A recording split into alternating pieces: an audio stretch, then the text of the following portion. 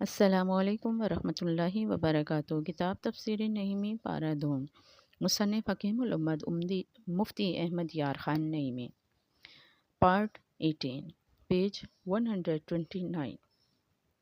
اعوذ باللہ من الشیطان الرجیم، بسم اللہ الرحمن الرحیم۔ استبرأ الذين اتبعوا من الذين اتبعوا ورأوا العذاب وتقطعت بهم الأسباب وقال الذين اتبعوا لو أن لنا كرة فنتبرأ منهم كما تبرأوا منا كذلك يريهم الله أعمالهم حسرات عليهم وما هم بخارجين من النار۔ جب بیزار ہو گئے پیشوا اپنے پیروں سے اور دیکھیں گے عذاب اور کٹ جائیں گی ان سب کی ڈوریں، اور کہیں گے وہ جنہوں نے پیرو کاش ہمیں لوٹ کر جانا ہوتا دنیا میں تو ہم ان سے توڑ دیتے جیسے انہوں نے ہم سے توڑ دی۔ یوں ہی اللہ انہیں دکھائے گا ان کے کام ان پر حسرتیں ہو کر، اور وہ دوزخ سے نکلنے والے نہیں۔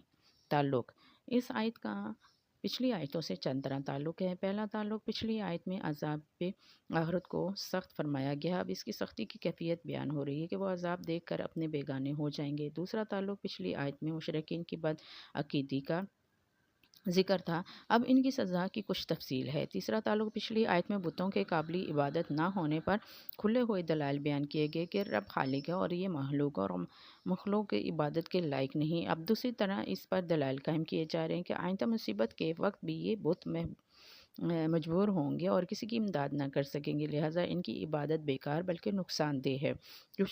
چوتھا تعلق پہلے فرمایا گیا تھا کہ اگر مشرکین عذاب دیکھتے تو شرک نہ کرتے بلکہ جھوٹے معبودوں سے بیزار ہو جاتے۔ اب فرمایا جا رہا ہے کہ جب یہ عذاب دیکھیں گے تو یہ تو بیزار ہوں گے ہی، وہ بھی ان سے بھاگیں گے۔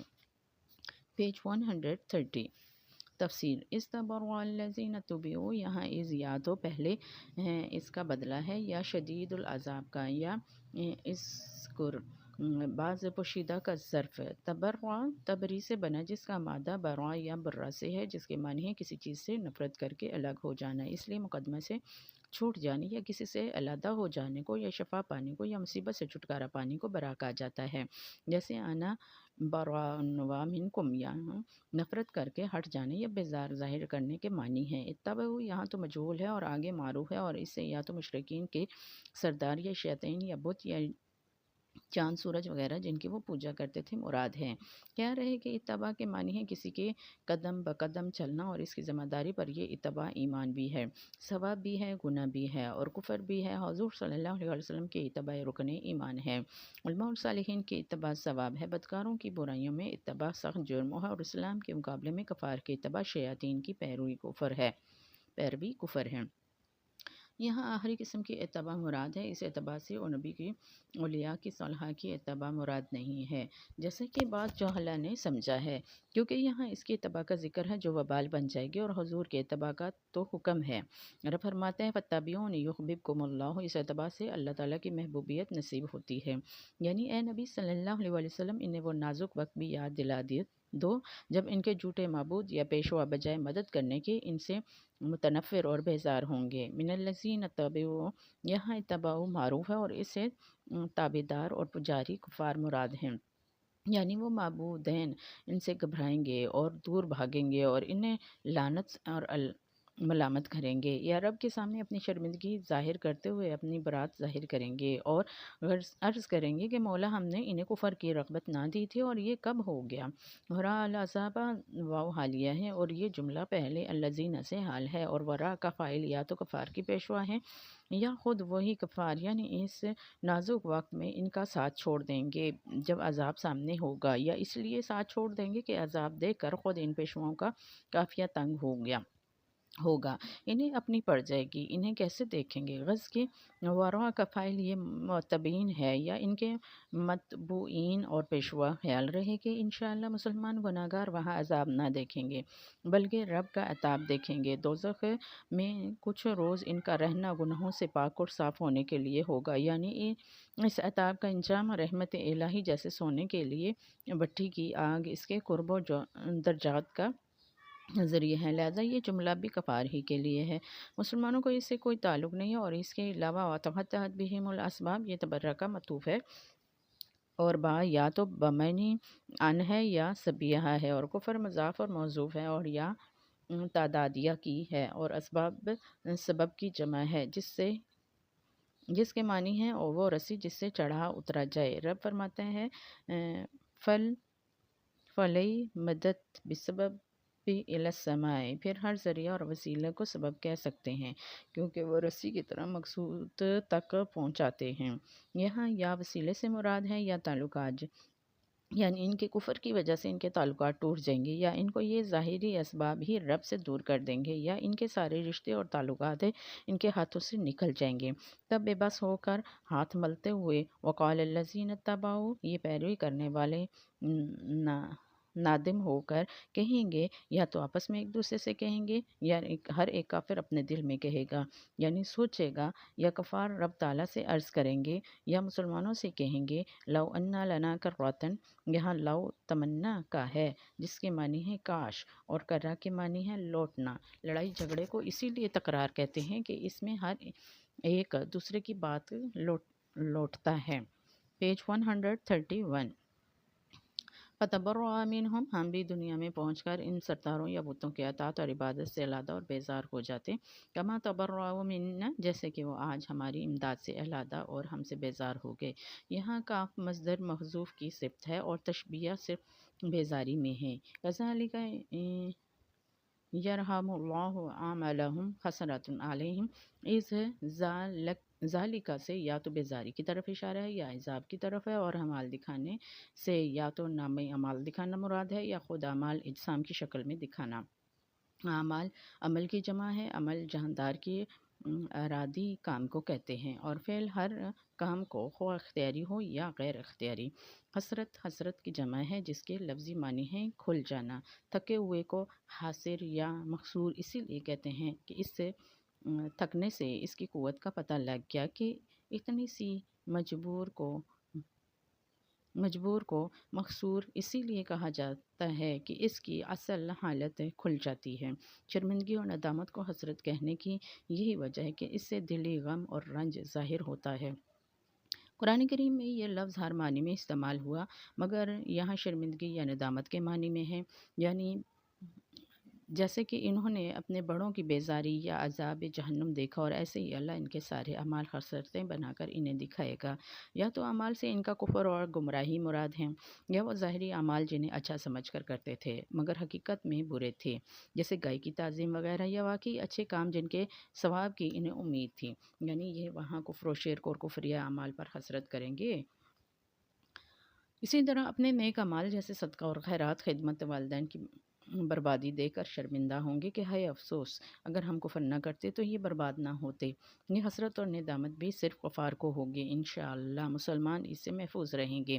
یعنی مسلمانوں کے عقائد نیک اعمال قبول ہوتے ہیں، اور اپنے عقائد اور نیکیاں رد ہوتے دیکھ کر، یا مسلمانوں کے گناہ معاف ہوتے اور اپنے گناہوں کی سزا بلکہ اس پر سخت پکڑ دیکھ کر، اور مسلمانوں کی شفاعت ہوتے اور اپنی شفاعت سے محرومی دیکھ کر، ان ایک حسرت نہیں بلکہ 100 حسرتیں کریں گے۔ حسرات جمع ہے، یا حسرت کے افراد مراد ہیں، یا حسرت کی بہت سی نوعیتیں مراد ہیں۔ اعلیٰ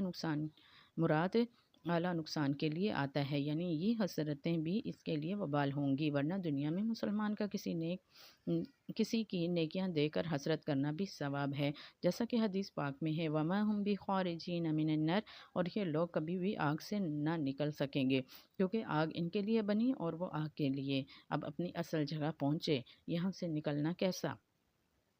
خلاصہ تفسیر، یہ مشرکین اور کفار اس امید پر بت پرستی کر رہے ہیں کہ یہ بت وہاں مصیبت میں ان کے کام آئیں گے، مگر جب یہ مصیبت اور عذاب دیکھیں گے تو وہ ان کی امداد تو کیا کرتے، الٹے ان سے بیزار ہوں گے، ان کی صورت سے نفرت اور انہیں ملامت کریں گے، اور رب اپنی برات ظاہر کریں گے کہ مولا یہ لوگ اپنے اعمال کے خود ہی ذمہ دار ہیں، ہم نے ان سے کفر نہ کرایا، اس کے سوائے ان کے دیگر رشتہ دار تعلقات اور اسباب بھی ٹوٹ جائیں گے اور کچھ کام نہ آئیں گے، ماں باپ بیٹے اہل قرابت سب انہیں پیٹھ دکھا دیں گے، تب یہ کہیں گے کہ کاش اب دنیا میں جانے کا کوئی موقع مل جاتا تو ہم بھی ان کے جیسے ہی علیحدہ ہو جاتے جیسے انہوں نے آج کر دکھایا۔ اس کے علاوہ ان کے سارے نیک اور بد اعمال ان کے سامنے حسرت اور شرمندگی ہو کر آئیں گے، کہ کفر کرنے اور ایمان نہ لانے پر شرمندہ ہوں گے اور بدکاری کرنے اور نیک اعمال کی بربادی پر نادم، غرض کہ صرف کفر کی وجہ سے صدہا مایوسیاں درپیش ہوں گی، پھر یہ بھی نہیں کہ کبھی انہی مصیبتوں سے نجات مل جائے اور بلکہ ہمیشہ اس میں رہیں گے۔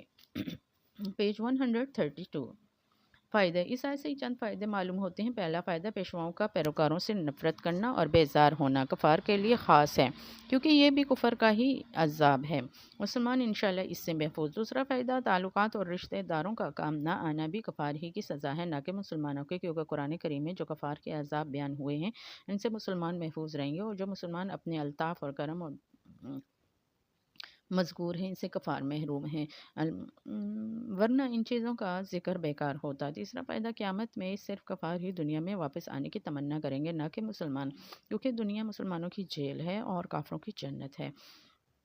چوتھا فائدہ، آگ سے نہ نکلنا اور وہاں ہمیشہ رہنا کفار کی خصوصیت ہے، جیسا کہ وما ہم کے اثر سے معلوم ہوا، گناہگار مسلمان سزا بھگت کر چھٹکارا پا جائیں گے۔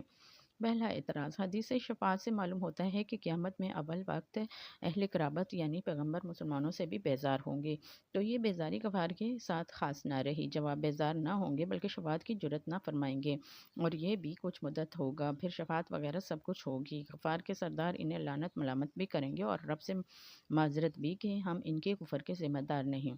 دوسرا اعتراض، حدیث شریف میں آیا ہے کہ شہید بھی دنیا میں واپس آنے کی تمنا کرتا ہے، اس سے معلوم ہوا کہ کفار ہی یہ آرزو کریں گے۔ جواب، شہید تو قیامت سے پہلے یعنی مرنے کے بعد ہی یہ تمنا کرتا ہے، نہ کہ قیامت میں، اور کفار کی تمنا قیامت میں ہوگی۔ یہ شہید کی یہ خواہش زیادہ اعمال اور دوبارہ شہادت حاصل کرنے کے لیے ہے، کفار کی تمنا اپنے بزرگوں سے بدلہ لینے کے لیے۔ ان دونوں آرزوؤں میں بڑا فرق ہے۔ تیسرا اعتراض، حدیث شریف میں ہے کہ قیامت میں نیکوکاروں کو بھی حسرت ہوگی اور بدکاروں کو بھی، اور اس آیت سے معلوم ہو رہا ہے کہ صرف کفار ہی کو ہے۔ جواب، ان دونوں حسرتوں میں فرق ہے، کفار کو تو نیکیاں برباد ہونے کا غم ہوگا اور گناہگار مسلمان کو نیکیاں نہ کرنے کا اور نیک کاروں کو زیادہ بھلائی نہ کرنے کا رنج۔ چوتھا اعتراض، خدا تعالیٰ کیا صرف کفار ہی کو سخت عذاب دینے والا ہے یا ہر مذہب کے بدکاروں کو، اور صرف مسلمانوں پر ہی رحم کرنے والا ہے یا ہر مذہب کے نیکوکاروں پر؟ پہلی صورت میں تو خدا مسلمانوں کا طرفدار ٹھہرتا ہے، اور دوسری صورت میں اسلام قبول کرنے والوں کی ضرورت نہ رہی، ہر دین میں رہ کر نیک اعمال کے ذریعے جنت حاصل کی جا سکتی ہے۔ جواب، بغیر اسلام لائے کوئی بھی نیک کار نہیں بن سکتا۔ نیکی کی شرط ایمان ہے، یعنی جڑ قائم ہوئے پھل نہیں لگ سکتے۔ پنڈت جی، یہ سوال ہی تم سے ہے کہ صرف آریہ کی نجات ہوگی یا صرف نیک کی؟ اگر ہر نیک کی تو آریہ بننا بیکار ہے۔ تم لوگوں کو شدھی کیوں کرتے ہو؟ اور آریہ ہی کی نجات ہے تو پرماتما طرفدار ہے۔ پانچواں اعتراض، اس آیت سے معلوم ہوا کہ قیامت میں کفار گفتگو کریں گے کہ مگر دوسری آیت سے معلوم ہوا کہ اس دن بالکل خاموش ہوں گے۔ رب فرماتے فلا تسمع لهم الا ہمسا، اور فرماتے ہیں ولا یؤذن لهم فیتعذرون۔ اس میں مطابقت کیوں کر ہو؟ جواب، قیامت کے حالات مختلف ہیں، قبروں سے میدان حشر کی طرف جاتے ہوئے زبانیں بند ہوں گی مگر قدموں کی آہٹ معلوم ہوگی، پھر وہاں پہنچ کر یہ آہٹ بھی بند ہو جائے گی، ایک دم خاموشی، پھر کچھ عرصہ بعد شفیع کی تلاش کے لیے دوڑ بھاگ، پھر حساب کتاب شروع ہو جانے پر گفتگویں شروع ہو جائیں گی۔ ان آیات میں قیامت کے اولی حال کا ذکر ہے، اور یہاں اس آیت میں بعد کے حالات کا تذکرہ یا یہاں دل میں کہنا اور سوچنا مراد ہے۔ پیج 133۔ تفسیر صوفیانہ، اللہ باقی اور ما سوائے اللہ فانی ہے۔ جن چیزوں سے اللہ کے لیے محبت کی گئی وہ آخرت میں کارآمد ہیں، اور جن سے دنیا کے لیے محبت ہوئی وہ وہاں بیکار ہیں، اور جن سے اللہ کے مقابل الفت ہوئی وہ بیزار ہیں بلکہ باعث عذب نار ہیں۔ وہاں لطف یہ ہوگا کہ ہر محب اپنے محبوب کے ساتھ محبت میں بندھا ہوا ہوگا، اور محبوب تو جہنم میں جائے گا تو جس کی وجہ سے اس کو بھی جہنم میں جانا پڑے گا۔ نیز ربانی محبتیں روحانی ہیں جن کی جان پہچان بھی ازلی ہے، اور جسمانی محبتیں فانی ہیں چونکہ روح باقی لہٰذا اس کے تعلقات بھی باقی، اور جسم فانی لہٰذا اس کی محبت بھی برباد۔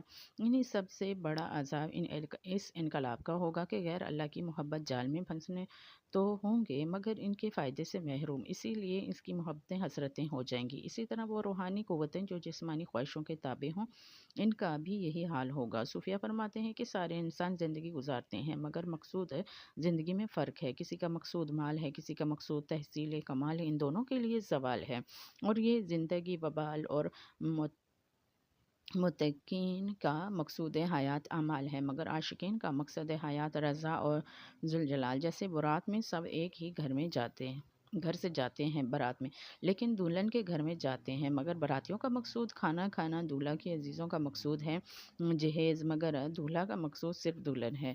یہ دنیا برات ہے جس میں طالبین ولا نوشتہ ہیں۔ مومنین کہتے ہیں لا معبود الا اللہ، عاشقین کہتے ہیں لا مقصود الا اللہ، ہو لا محبود اللہ ہو، بلکہ لا موجود الا اللہ۔ اس آیت کا جذبہ بیان یہ ہے کہ کل قیامت میں دنیا کے پیچھے پھرنے والے، اسے مقصد حیات بنانے والے اس مصیبت میں گرفتار ہوں گے کہ مال اور اولاد ان سے نفرت کریں گے، اور انہیں اسی غفلت کی وجہ سے ہر طرح کا عذاب ہوگا، اور ان میں سے کوئی چیز ان کے لیے سبب مغفرت نہ بنے گی۔ صوفیہ فرماتے ہیں کہ انسانی زندگی یا نفسانی ہے، یا شیطانی ہے، یا ایمانی ہے، یہ رحمانی ہے۔ جو زندگی غفلت میں گزرے وہ نفسانی ہے، جو بدکاریوں میں گزرے وہ شیطانی ہے، جو نیکیوں میں گزرے وہ روحانی ہے، اور جو زندگی اللہ اور رسول ہی میں فنا ہو کر گزرے وہ رحمانی ہے۔ قرآن مجید نے پہلی دو زندگیوں کو حیات دنیا فرمایا اور اسی کو لعب و لعب قرار دے دیا۔ حسبی دنیا بنا لعب و لعب، روحانی اور رحمانی زندگی حیات دنیا ہے ہی نہیں۔ يا أيها الناس كلوا مما في الأرض حلالا طيبا ولا تتبعوا خطوات الشيطان إنه لكم عدو مبين إنما يأمركم بالسوء والفحشاء وأن تقولوا على الله ما لا تعلمون۔ اے لوگو، کھاؤ جو کچھ زمین میں حلال پاکیزہ، اور شیطان کے قدموں پر قدم نہ رکھو، بے شک وہ تمہارا کھلا دشمن ہے۔ وہ تو تمہیں یہی حکم دے گا کہ بدی اور بے حیائی کا، اور یہ کہ اللہ پر وہ بات جوڑو جس کی تمہیں خبر نہیں۔ پیج 137 تعلق، اور اس آیت کا پچھلی آیتوں سے چند طرح تعلق ہے۔ پہلا تعلق پچھلی آیتوں میں کفار کی بد عقائدیوں کا ذکر ہے، اب ان کی بعض بدعمالیوں کا ذکر ہے، جیسے سانڈ وغیرہ کی تعظیم، یعنی روحانی غذاؤں کی اصلاح کے بعد جسمانی غذاؤں کی اصلاح فرمائی جا رہی ہے۔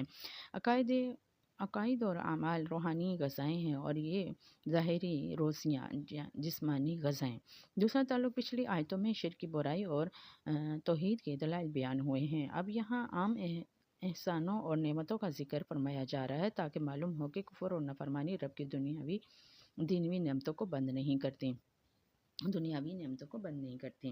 تیسرا تعلق پچھلی آیتوں سے دلائل سے سمجھا کر اور عذاب سے ڈرا کر لوگوں کو ایمان کی رغبت دی گئی ہے، اور اب انہیں نعمتیں دکھا کر ایمان کی طرف مائل کیا جا رہا ہے، یعنی اے لوگوں مسلمان ہو جاؤ اور تمہیں اسلام کی برکت سے حلال طیب اور روزیاں عطا ہوں گی، اور تمہاری اپنی لگائی ہوئی پابندیاں اٹھ جائیں گی۔ چوتھا تعلق پچھلی آیتوں میں کفر کے اخروی عذاب کا ذکر تھا، اب ان کی دنیاوی تکلیف کا ذکر ہے۔ کفار اس وجہ سے رب سے بہت سی نعمتوں سے محروم ہو گئے۔ مسلمانوں تم کھاؤ۔ شان نزول، مشرکین عرب کچھ جانور بتوں کے نام پر چھوڑ کر انہیں حرام جانتے تھے، جیسے ہندوستان کے مشرکین سانڈ چھوڑتے تھے، اور ان کی تردید میں یہ آیت کریمہ اتری۔ بعض روایات میں ہے کہ عبداللہ بن سلام اور اس کے ساتھی مسلمان ہو کر پھر اونٹ کے گوشت سے بچتے تھے، کیونکہ یہ ان کے پچھلے دین یہودیت میں حرام تھا۔ ان کے متعلق یہ آیت آئی ہے۔ بعض روایات میں ہے کہ تثقیف اور بنی عامر اور حذائیہ کے کچھ لوگوں نے کھجوریں اور پنیر وغیرہ لذیذ چیزیں اپنے پر ترک دنیا کے لیے حرام کر لی تھیں۔ ان کے خیال میں دنیاوی نعمتوں سے محروم ہو جانا کار ثواب تھا، جیسا کہ ہندو سادھو کا عقیدہ ہے۔ اس کی تردید میں یہ آیت نازل ہوئی۔ تفسیر یا ایھا الناس میں یہاں ناس سے یا تو صرف مسلمان مراد ہیں یا صرف کفار، یا دونوں۔ شان نزول وہی مراد ہے، مگر ان عام خطابوں میں صلی اللہ علیہ وسلم داخل نہیں ہیں، ان کے لیے یہ خطاب ہے ہی نہیں۔ ان کے خطاب قرآن مجید میں ہیں، یا ایھا النبی، یا ایھا الرسول وغیرہ۔ حضور نے اروا تو اس آیت کی نزول سے پہلے ہی کبھی حرام غذا کے قریب نہ گئے۔ کلوا مما فی الارض، ظاہر ہے کہ کلو اجازت اور اباحت کا امر ہے، نہ کہ وجوب کا، کیونکہ یہاں ان کی حرمت کے عقیدے کا باطل کرنا مقصود ہے، اور ہو سکتا ہے کہ امر وجوبی ہو، اور اس سے یا تو کھانا ہی مراد ہو یا کھانے کو جائز جاننا، اس لیے کہ جان رکھنے کے لیے کھانا فرض ہے، اور حلال چیزوں کو حلال جاننا نہایت ضروری۔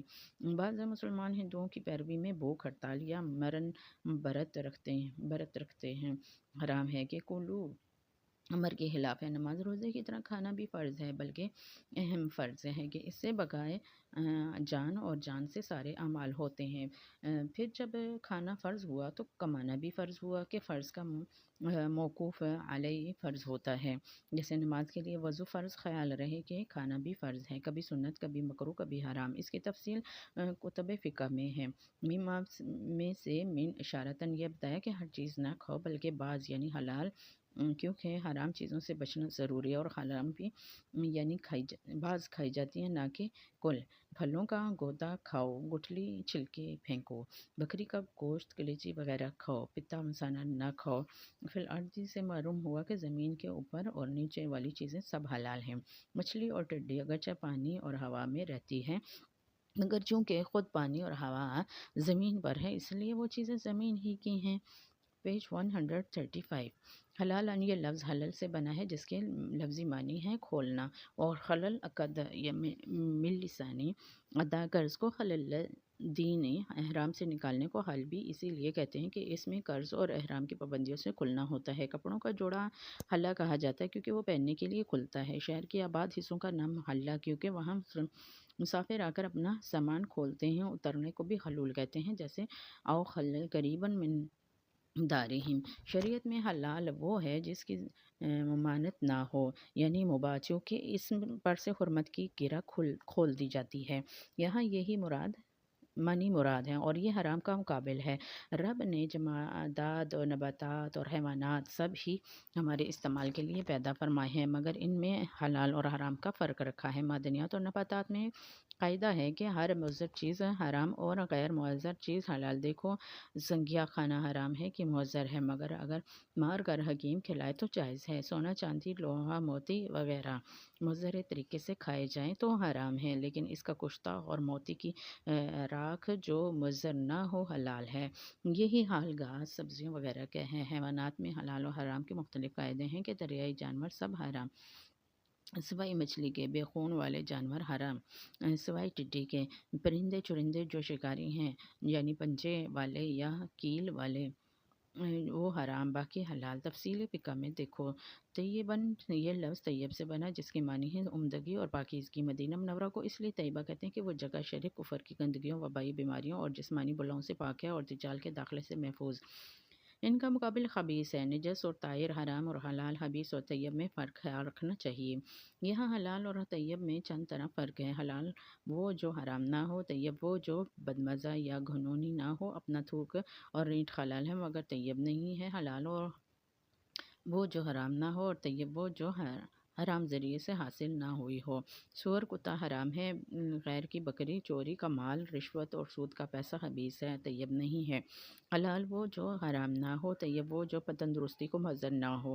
حاذق طبیب کے حکم سے جیسے کہ بیمار کو حرام چیز حلال ہو جاتی ہے، ایسے ہی حلال چیز منع ہے۔ حلال وہ جو یقیناً حرام نہ ہو، طیب وہ جس میں حرمت کا شبہ بھی نہ ہو۔ شبہ کی چیزیں حلال ہیں، طیب نہیں ہیں۔ حلال وہ جسے شرع پسند کرے، طیب وہ جسے طبیب پسند کرے۔ غرض کہ یہاں ان چیزوں کے کھانے کا حکم دیا گیا ہے جس میں دونوں باتیں جمع ہو گئی ہیں۔ بعض لوگوں نے کہا کہ ظاہری گندگی کو نجس اور باطنی گندگی کو خبیث کہتے ہیں، یوں ہی ظاہری پاک کو طاہر اور اندرونی پاک کو طیب کہتے ہیں۔ خیال رہے کہ رب تعالیٰ نے یہاں تو فرما دیا کہ حلال اور طیب چیزیں کھاؤ، مگر نہ حلال کی تفصیل بتائی اور نہ طیب کی وضاحت کی کہ فلاں فلاں چیزیں حلال ہیں اور فلاں فلاں طیب، بلکہ سارے قرآن مجید میں ان کے مکمل فہرست ارشاد نہ ہوئی، تاکہ قرآن پڑھنے سمجھنے والے مسلمان حضور نبی کریم صلی اللہ علیہ وسلم سے بے نیاز نہ ہو جائیں۔ صرف حلال اور طیب کا نام لے دیا اور ان کی تفصیل نبی صلی اللہ علیہ وسلم پر چھوڑ دی کہ ان سے پوچھ لو، جیسے رب نے نماز اور زکوٰۃ کا حکم دیا مگر تفصیل سے خاموش رہا تاکہ حضور کی ضرورت باقی رہے۔ وَلَا تَتَّبِعُوا خُطُوَاتِ الشَّيْطَانِ، اتباع پیچھے چلنے کو کہتے ہیں، اور تابع پیچھے چلنے والا۔ خطوات، خطوہ کی جمع ہے، خطوہ خا کی زبر سے بمعنی قدم اور رخ کے معنی سے دو قدموں کا درمیانی فاصلہ ہے۔ یہاں دونوں ہی معنی بن سکتے ہیں، یعنی شیطان کے آثار قدم پر قدم نہ رکھو یا شیطان کے راستوں پر نہ جاؤ۔ اور رب نے اسے سجدہ آدم کا حکم دیا اور اس نے مقابلہ کر کے انکار کیا، چونکہ اس کے راستے پر بہت سے ہیں، اس لیے خطوات جمع فرمائی گئی، یعنی شیطان کے بتائے ہوئے عقائد اور اعمال یا شیطانوں کے اختیار کیے ہوئے عمل پر عقیدے نہ اختیار کرو۔ پیج 136۔ خیال رہے کہ شیطان خود برائیاں نہیں کرتا بلکہ کرواتا ہے، اور اسی طرح وہ شرک اور کفر کا اختیار نہیں کرتا نہیں بلکہ لوگوں کو مشرک اور کفار بناتا ہے۔ وہ خود تو موحد ہے، جنت و دوزخ کا قائل ہے، اور یہ بھی جانتا ہے کہ حضرت انبیاء رب کے بھیجے ہوئے ہیں، مگر انہیں مانتا نہیں۔ اِنَّهُ لَكُمْ عَدُوٌّ مُبِینٌ۔ عدو سے بنا ہے جس کے معنی ہے حد سے آگے بڑھ جانا۔ دشمنی کو عداوت اور دشمن کو عدو اس لیے کہتے ہیں کہ وہ محبت کی حد سے نکل جاتا ہے۔ مبین ابہانیہ سے بنا جس کا مادہ ہے بون، یا بمانی جدائی اور دوری، اباہد جدا کرنا اور کاٹنا، اسی سے ہے۔ اطلاق بہینہ اصلاح میں ظاہر کرنے یا ظاہر ہونے کو بانت، اور ظاہری یا ظاہر کرنے والی چیز کو مبین کہتے ہیں۔ یہاں دونوں اصطلاحی معنی بن سکتے ہیں، یعنی وہ شیطان تمہارا ظاہر اور دشمن ہے اور ظاہر کرنے والا ہے دشمن ہے، اور اس نے تمہارے باپ آدم علیہ السلام کو سجدہ کرنے سے اپنی عداوت ظاہر کر دی، اور اس کا کھلا ہوا ثبوت یہ ہے کہ وہ تمہیں 3 باتوں کا مشورہ دیتا ہے کہ انما یامرکم بالسوء، انما حذر کے لیے ہے، اور امر سے مراد مشورہ یا وسوسہ یا برا راہ دکھانا یا خفیہ حکم ہے۔ سوء کا مصدر ہے بمعنی رنج یا برائی۔ ہر گناہ کو خواہ صغیر ہو یا کبیر سوء کہا جاتا ہے، کیونکہ وہ برائی بھی ہے اور رنج اور غم بھی، یعنی تمہیں ہمیشہ گناہی کا حکم کرتا ہے۔ اور دوسرے والفحشاء، اس کا مادہ فحش سے ہے، جس کے معنی ہے کہ اندر سے بڑھ جانا، اس لیے زنا کو فحش اور زانیہ کو فاحشہ کہتے ہیں۔ بعض نے فرمایا کہ ہر گناہ فحش ہے، اور ہر عطف تفسیری،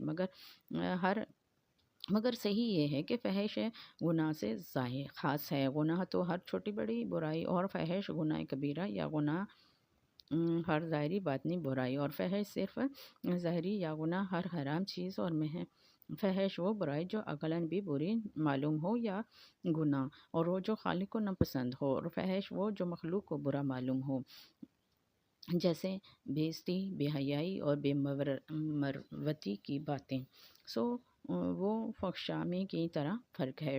صغیرہ گناہ سوء ہے، اور کبیرہ گناہ فحشاء، اور خفیہ گناہ سوء ہے، اور اعلانیہ گناہ فحشاء، اور کبھی کبھی گناہ کر لینا سوء، پھر ہمیشہ گناہ کرنا فحشاء، اور گناہ کو گناہ سمجھ کر کرنا سوء ہے، اور اسے گناہ نہ جاننا اور کرنا فحشاء، اور شخصی گناہ سوء ہے، قومی فحشاء ہے۔ اور تیسرا یہ کہ وَأَن تَقُولُوا عَلَى اللَّهِ مَا لَا تَعْلَمُونَ، قول کے معنی کہنا ہے مگر جب ان کے بعد اعلیٰ آ جائے تو اس کے معنی الزام لگانا، افترا کرنا، اور کسی کی طرف غلط بات منسوب کرنا ہوتا ہے۔ یہاں یہی مراد ہے، اور یہ جرم سب سے بدتر، کیونکہ پچھلی 2 باتیں بدعملی تھیں، اور یہ عقیدگی اور خدا پر بہتان ہے، یعنی وہ تمہیں یہ مشورہ دیتا ہے اور بعض احکام اپنے آپ گھڑ کر رب کی طرف نسبت کر دو، یہ خدا نے فرمایا ہے۔ خلاصہ تفسیر: اے لوگوں، جیسے تو توحید اختیار کرنا اور کفر سے بچنا ضروری ہے، ایسے ہی صحیح غذا کھانا اور حرام اور گندگی چیزوں سے بچنا لازم، کہ خدا کے غذا کا اخلاق پر اثر پڑتا ہے، نیز حلال اور طیب چیزوں سے بچنا محرومی، لہٰذا جو کچھ زمین میں حلال اور پاکیزہ چیزیں ہیں انہیں کھاؤ، اور خواہ مخواہ انہیں حرام سمجھ کر شیطان کی راہ نہ چلو، کیونکہ یا تو تمہارا دشمن کھلا ہے جن باتوں کو اچھی کر کے دکھاتا ہے، اور وہ در پردہ بری ہیں، اور وہ تو تمہیں ہمیشہ برائی اور بحیائی کا ہی مشورہ دے گا، اور تمہیں یہ بھی بتائے گا کہ خود مسائل گھڑ کر رب کی طرف نسبت کر دو، لہٰذا تم ان کی باتوں میں نہ آؤ۔ اور روح البیان نے فرمایا کہ شیطانی وسوسے کے 6 درجے ہیں۔ پہلا یہ کہ ایمان سے ہٹا کر کفر میں پھنسائے، اور اگر یہاں اس کا دور چل گیا تو پھر انسان کے پیچھے نہیں پڑتا۔ دوسرا یہ کہ مسلمان کو گمراہی اور بدعات میں مبتلا کر دے، کہ فساد عقیدہ گناہوں سے بدتر ہے۔ تیسرا یہ کہ صحیح عقیدہ مسلمانوں کو کبیرہ گناہوں میں پھانس دے۔ چوتھا یہ کہ پرہیزگار مسلمانوں سے معمولی گناہ کرا دے، کبھی معمولی باتیں بھی گناہ کبیرہ بن جاتی ہیں، چھوٹی چنگاری سے بھی گھر جل جاتا ہے۔ پانچواں یہ کہ یہاں متقی اور پرہیزگار مسلمانوں کو بیکار باتوں میں لگا دے تاکہ وہ ثواب نہ کما سکیں۔ اگر کہیں بھی داؤ نہ چلا تو چھٹا فریب یہ ہے کہ افضل کام سے روکنے کے لیے فضول کام میں لگا دیں تاکہ آدمی زیادہ ثواب سے محروم رہے، جیسا کہ مفتی اور عالم کو خدمت دین سے روک کر نفل نماز میں مشغول کر دے، یا حج سے روک کر روزے میں لگا دے۔ غرض کہ اس کے شر سے بچنا بہت مشکل ہے۔ ہر انسان کے پاس نئے لباس میں آتا ہے، خیال رہے کہ جیسے منہ کے کام یعنی کھانے پینے میں سے حلال حرام ہیں، جیسے حرام، ایسے ہی تمام اعضاء کے کاموں سے بعض حلال ہیں بعض حرام۔ بعض نظریں حلال جیسے اپنی بیوی کو دیکھنا، بعض حرام جیسے غیر عورت کو بد نظری سے دیکھنا۔ زبان سے جھوٹ اور غیبت چغلی بولنا حرام، جائز باتیں بولنا حلال۔ کان سے گانے باجے سننا حرام، مباح باتیں سننا حلال، پاؤں سے چوری کرنا، سینما دیکھنے جانا حرام، جائز جگہ جانا حلال، ہاتھ سے غیر کا مال چھوڑنا، غیر عورت کو شہوت سے چھونا حرام، درست جگہ ہاتھ استعمال کرنا حلال۔ یہ آیت صرف کھانوں کے لیے ہے، مگر دوسری چیزیں بھی اس میں سے معلوم ہو جاتی ہیں۔ پیج 137 پارٹ 18 مکمل ہوا۔ اللہ حافظ۔